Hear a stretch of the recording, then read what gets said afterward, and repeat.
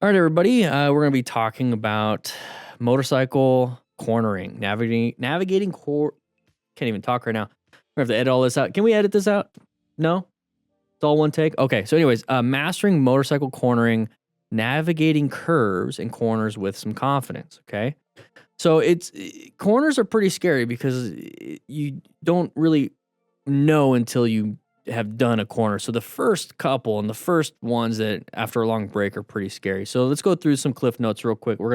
These are the topics that we're gonna be talking about here, and what we do here on After the Ride podcast is just kind of go over some tips, go over some gee whiz information. So if you're brand new to riding, hopefully this will help you out, and if you're not new to riding, this will hopefully help you out. Anyways, perfecting line of sight. That's going to be something that we really got to be doing. So visual steering is something that I like to think about, and we'll talk about that. So regulating speed. So your throttle and braking will help you out when it comes to navigating these corners, because too much speed, you go too crazy. Too little speed, you fall down. Body posture and lean. So if you lean against the wrong way, you're going to have some trouble. We'll talk more in depth on these ones, guys. The strategy of lane positioning. I like middle, middle, middle, and we'll talk about that. A lot of people say don't do that, but I'm going to explain why I do middle, middle, middle. Practicing in a controlled environment. Okay, so this is where going to a track helps, but I know a lot of you guys don't have tracks, so it's kind of like finding your own. So let's go and talk about it. So number one, perfecting line of sight, the power of visual steering. So looking through the curve. Hey, that's pretty simple. Yeah, well, a lot of people don't, because a lot of people tend to look at the side of the cliff, or look at that one thing that's out on the other side, or to look at the wrong stuff when it comes to going through a corner. When you're going straight, let's say on a normal road, if you look anywhere else, your bike tends to typically just kind of go straight or a little bit towards where your head is looking. So when we teach slow speed maneuvers and we talk about looking where you want to go, it's kind of the same concept of, if you're looking right, you tend to start to move right. And that's because your shoulders are moving, which moves into the handlebars. So if you're looking through the curve, you tend to go through the curve. And so you need to be looking that way, because there's going to be road surface hazards in the way. There's going to be possible cars in the way. There's going to be the fact that if you're looking the wrong way, you need to readjust and look through the curve so that you can get back onto that middle that we're going to talk about. So scanning the road surface is very important, especially through the curves. Remember, we're talking about curves and corners. So it's not the in-betweens, the curves and corners where it's straight. You still want to search for road surface hazards, but when it comes to the curve, you're having to do a little bit more extra. Okay, you're looking through the curve, you're turning through the curve. Now you're looking for road surface hazards through the curve. Is just extra. So look ahead for like pothole, gravel, oil slicks, basically anything in the road. Okay, and the goal is to dodge it, and this is why it's a little bit difficult, because let's say you're turning left. Now you got to swerve right and then left, or swerve left and then swerve right to get back to going left.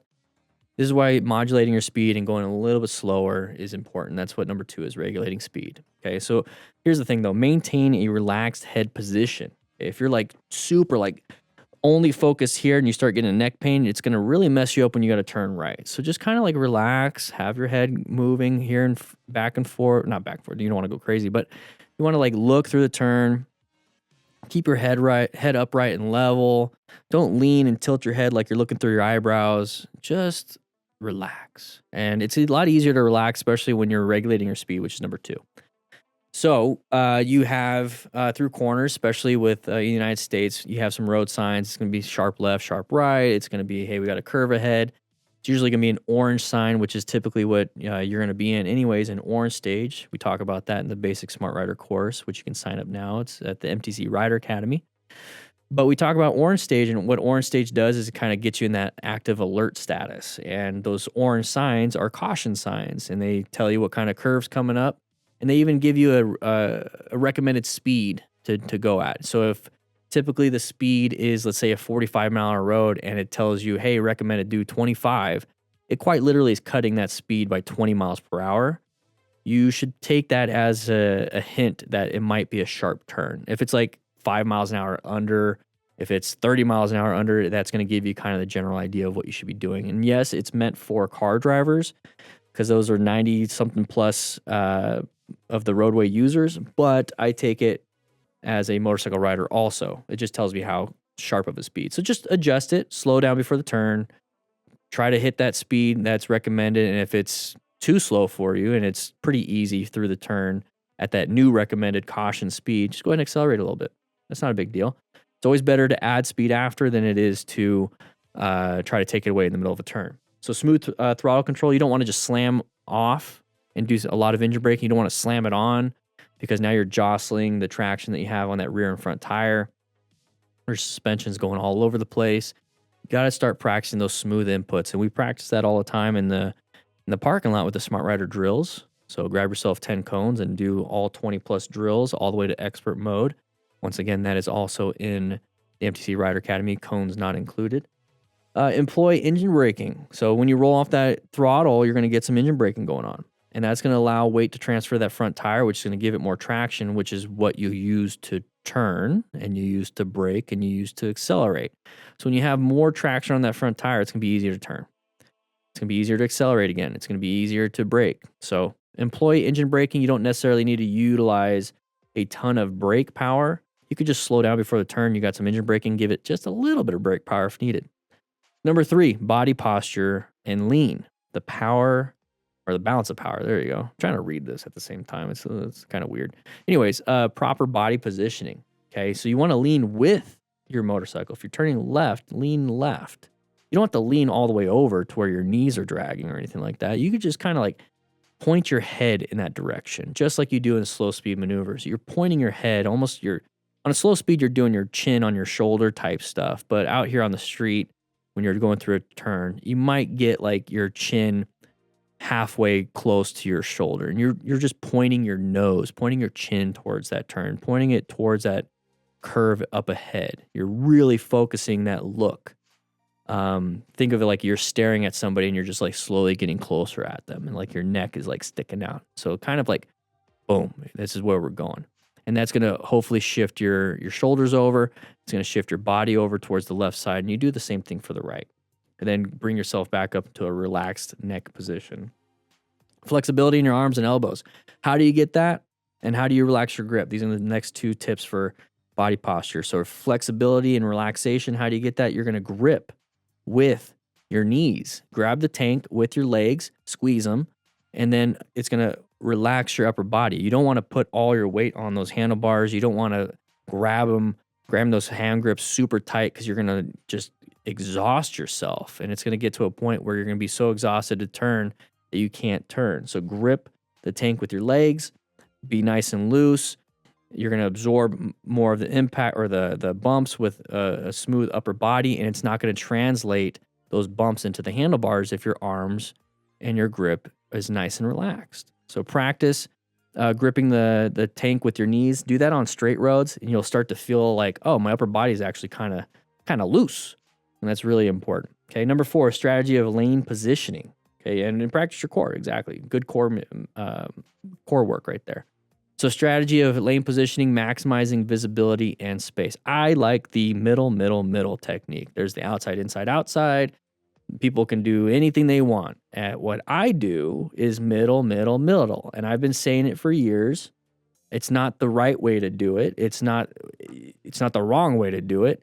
It's my way of doing it. And I'm going to explain why. So outside, inside, outside, what that means is that you're on the outside before the turn, inside at the apex, outside when you're exiting the turn. And what that does is maximize your speed inputs. So when you're on the outside, you turn in and you're going to right at the apex, which is going to be like the part where you're closest to the inside, which is what you're going to want to do is towards like the middle and the last part. You're accelerating. And then when you get shot out to the outside at the end, you're still on the road because it's at the end. Me, though, middle. I like middle because I have a space cushion to my left and right. Simple as that. My goal is not to speed through a corner. My goal is to have space cushions. My goal is to have the best line of sight while maintaining a good space cushion. My goal is to have escape routes to the left and right while maintaining a space cushion and line of sight. My goal is to position myself for safety using the plan method. So middle makes more sense to me. Yes, there's going to be an opportunity for road surface hazards in the middle, like oil or a pothole or gravel. Middle is not you have to stick with middle, because part of planning your ride and positioning your safety is that you go into an escape path if there is a hazard. So if there's a hazard in the middle, you escape to the left or right. But since you're not hauling booty and you're going the recommended speed that is on that sign, it's pretty easy to navigate around those hazardous situations. So middle. I kind of took that from tennis, where you're in the middle on the baseline in the back. You have to run to the right side. That's where the ball is going, but then you go right back to the middle because you're prepped and ready for anything that's going to be shot to the left side. So you're constantly trying to put yourself back into equilibrium and homeostasis, whatever it is, being in the middle and avoiding as much as you possibly can when it comes to road surface hazards. It's going to help you out with your line of sight. And then if anybody crosses that line, you can always just swerve right or swerve left, depending on what kind of turn you're in. Okay. It helps with space. It really does. Anyways, number 5, practicing a controlled environment. So practice in a parking lot. If you have a big enough parking lot, practice your turns, 20, 30 miles an hour if you can, or go to a track where you can really practice your cornering techniques. You're going to get hopefully some skill lessons. You're going to get some people helping you out. You get some possible mentors, instructors, a track day class where you have an instructor that's going to walk you through everything, ride with you, show you stuff. Lots of good opportunities there. But if you don't have that, go to a parking lot and just practice middle, practice your head movement, practice your adjusting your speed, smooth throttle control, your body positioning, so that when you get into an actual corner and now you're going 45 instead of 20 like you're in a parking lot, the techniques are the same. It's just the speed is different. Nothing else is different, just the speed. And so it's very helpful. It's very helpful. Practice your target fixation on actually what you need to be looking at versus the guardrail you're about to run into. Okay. So experiment with different curves. There's some that are decreasing radius. There could be super long sweeping curves. Just keep finding new curves out in the road. So what I like to do is there's a couple roads here in Tucson where the curves are super easy and the speed limit is like 25, 35, but there are also kind of a sweeping turns. There's some really sharp turns, and it's almost like it's a beginner track day. And I go the speed limit, I focus on traffic, I focus on everything I just said, and I just do that one. And then I go to the next one. And then when it comes time to really find a road or I'm riding with friends or if there's just a situation where I need to have a higher speed, I'm already practiced enough to where I know what it feels like to do good body positioning. I know what it feels like to adjust my speed and do smooth throttle control, what it feels like for progressive braking in a turn, what it looks like when I'm doing middle. It's because I'm practicing in a safe area first. And so then all I have to do is focus on the actual turn itself when it comes time to actually put it into practice, when it's a real life event. And that's what I do there. So with that said, I hope you guys find your own spots out there in the road. Make sure you do middle, do a parking lot practice, look through those turns, adjust that speed, just slow look, press and roll, start off slow, build up from there. Don't start off fast. Don't get panicked and don't get scared. All right, guys. With that said, I hope you guys ride safe, be safe, and I'll see you around.